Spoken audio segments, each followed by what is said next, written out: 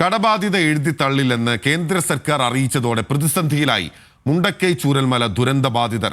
779 ദുരന്തബാധിതർക്കായി 46 ബാങ്കുകളിൽ 30 കോടിയോളം രൂപയാണ് കടബാധ്യത. തൊഴിൽ നഷ്ടപ്പെട്ട് വാടക വീടുകളിൽ കഴിയുന്ന ഇവർക്ക് കടം തിരിച്ചടയ്ക്കാനുള്ള ശേഷിയില്ല. കോടതി ഇടപെടലിൽ ആശ്വാസ നടപടി ഉണ്ടാകുമെന്നാണ് ഇവരുടെ പ്രതീക്ഷ.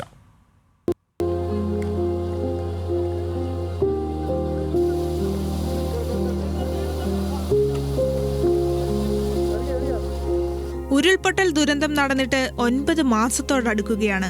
ടൗൺഷിപ്പ് നിർമ്മാണം അടക്കം ആരംഭിക്കുമ്പോഴും ദുരന്തബാധിതർക്ക് ഇപ്പോഴും ഭീഷണിയാണ് കടബാധ്യത. 779 ദുരന്തബാധിതർക്ക് കടബാധ്യതയുണ്ടെന്നാണ് പ്രാഥമിക കണക്ക്. 73 പേർ ഭവന വായ്പയും 136 പേർ വാഹന വായ്പയും 214 പേർ സ്വർണ്ണ വായ്പയുമാണ് എടുത്തത്. 123 സ്വകാര്യ വായ്പകളും 23 കാർഷിക വായ്പകളും ദുരന്തബാധിതർക്കുണ്ട്. യഥാർത്ഥ കണക്ക് ഇതിൽ കൂടുതലാകുമെന്നാണ് വിലയിരുത്തൽ. 35 കോടി രൂപയുള്ളൂ ഈ ലോണായിട്ടുള്ള ആളുകളെ ഇതിലുള്ളത്. അത് കേന്ദ്ര ഗവൺമെന്റ് എഴുതി തള്ളാന്ന് എന്താണ് കേന്ദ്ര ഗവൺമെന്റ്? ഞങ്ങൾ പല കാര്യങ്ങളും കേന്ദ്ര ഗവൺമെന്റിനോട് പറഞ്ഞിട്ടുണ്ട്. പക്ഷെ അദ്ദേഹം ഇവിടെ വന്നിട്ട് ഞങ്ങൾക്ക് ഓരോ മോഹന വാഗ്ദാനങ്ങൾ തന്നിട്ടുണ്ട്. ദേശീയ ദുരന്തം ആയതുകൊണ്ട് ഞങ്ങൾക്ക് എന്തെങ്കിലുമൊക്കെ കിട്ടും എന്നുള്ളൊരു പ്രതീക്ഷ ഉണ്ടായിരുന്നു. പക്ഷെ ഇപ്പോഴും ഞങ്ങളിപ്പോൾ ഹൈക്കോടതിയിൽ ഇന്നലെ കേരള ഗവൺമെന്റ് നടന്നപ്പോഴും ഞങ്ങളിപ്പോഴും പ്രതീക്ഷയിലേക്ക് നിൽക്കുക. എനിക്ക് 5 ലക്ഷം ലോൺ ഉണ്ടായിരുന്നു, ഞാൻ 2 ലക്ഷം അടച്ചു, ഇനി 3 ലക്ഷം ബാക്കി ഉണ്ടായിരുന്നു. ഇപ്പോൾ ഞാൻ ഇന്നലെ നോക്കി നോക്കുമ്പോൾ വീണ്ടും അത് 4 ലക്ഷം ആയിട്ടുണ്ട് പലിശ കയറിയിട്ട്. ഗവൺമെന്റ് മൊറട്ടോറിയം പ്രഖ്യാപിക്കും. ഇപ്പോഴും ഇന്നലത്തെ ഇതിലും പറയുന്നത് മൊറട്ടോറിയം പ്രഖ്യാപിക്കാനേ കഴിയുള്ളൂ എന്ന്. ഈ ദുരന്തത്തിൽപ്പെട്ട ആളുകൾക്ക് മൊറട്ടോറിയം പ്രഖ്യാപിച്ച് ജോലിയില്ലാതെ എങ്ങനെ പിന്നീട് വീട്ടണ്ടേ? ഇപ്പം ഇന്നലെ നാളെ വീട്ടണമല്ലോ മൊറട്ടോറിയം ആയി കഴിഞ്ഞാൽ അതെങ്ങനെ വീട്ടും? തൊഴിൽ നഷ്ടപ്പെട്ട് വാടക വീടുകളിൽ കഴിയുന്നവരാണ് ഭൂരിഭാഗം പേരും. വാടകയുടെ അധിക തുക പോലും സ്വന്തം പോക്കറ്റിൽ നിന്നെടുത്ത് കൊടുക്കേണ്ട അവസ്ഥയാണ്. പലരോടും പണം തിരിച്ചടയ്ക്കണമെന്നാവശ്യപ്പെട്ട് ബാങ്കുകൾ ബന്ധപ്പെട്ടിട്ടുണ്ട്. ഞങ്ങൾക്ക് ലോൺ കംപ്ലീറ്റ് എഴുതി തള്ളണം. പിന്നെ സ്വർണം പണയം വെച്ചത് അതും ഞങ്ങൾക്ക് എഴുതി തള്ളണം.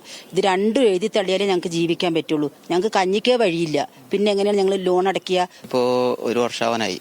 1 വർഷമായിട്ട് ഇപ്പോൾ ഒരു സംസാരമില്ല, ഒന്നുമില്ല. ലോണിന്റെ കാര്യങ്ങളാണെങ്കിലും ഗോൾഡിന്റെ ആണെങ്കിലും ഇപ്പോൾ എൻ്റെ ഉണ്ട്, അമ്മേൻ്റെ ഉണ്ട്. പിന്നെ അതേപോലെ കുറേ ആൾക്കാർ എല്ലാവരും ഉണ്ടാവും. അതിന്റെ എന്തെങ്കിലും തീരുമാനമാണെങ്കിൽ നല്ലതായിരുന്നു. വീട് നന്നാക്കാൻ വേണ്ടി ലോൺ എടുത്തതാണ്. 1 ലക്ഷം രൂപയ്ക്ക് എടുത്ത് അത് പിന്നെ ഇടയ്ക്ക് അടയ്ക്കാൻ പറ്റിയിട്ടില്ല. എനിക്ക് വീണിട്ട് കാല് പൊട്ടിയിട്ട് കമ്പിയിലാണ് നടക്കുന്നത്. പണിക്ക് പോകാൻ പറ്റില്ല. അപ്പോൾ എന്നെക്കൊണ്ട് ഈ പെൻഷൻ കിട്ടുന്നത് വെച്ചിട്ടാണ് ഞാൻ ചെലവ് കഴിയുന്നത്. ഇല്ലാതെ ഈ ലോൺ അടയ്ക്കാനുള്ള വക എനിക്കില്ല. നേരത്തെ കേരള ബാങ്ക് ദുരന്തബാധിതരുടെ 3.85 കോടിയോളം രൂപ എഴുതിത്തള്ളിയിരുന്നു. കടബാധ്യത തുടരുന്നത് സിബിൽ സ്കോറിനെ ബാധിക്കുമെന്നും പിന്നീട് വായ്പയെടുക്കാൻ സാധിക്കാത്ത സാഹചര്യമാകുമോ എന്നും ദുരന്തബാധിതർക്ക് ആശങ്കയുണ്ട്. ഹൈക്കോടതി വിഷയത്തിൽ കൃത്യമായി ഇടപെടുന്നത് മാത്രമാണ് ദുരന്തബാധിതർക്ക് ആശ്വാസം. ന്യൂസ് മലയാളം, വയനാട്.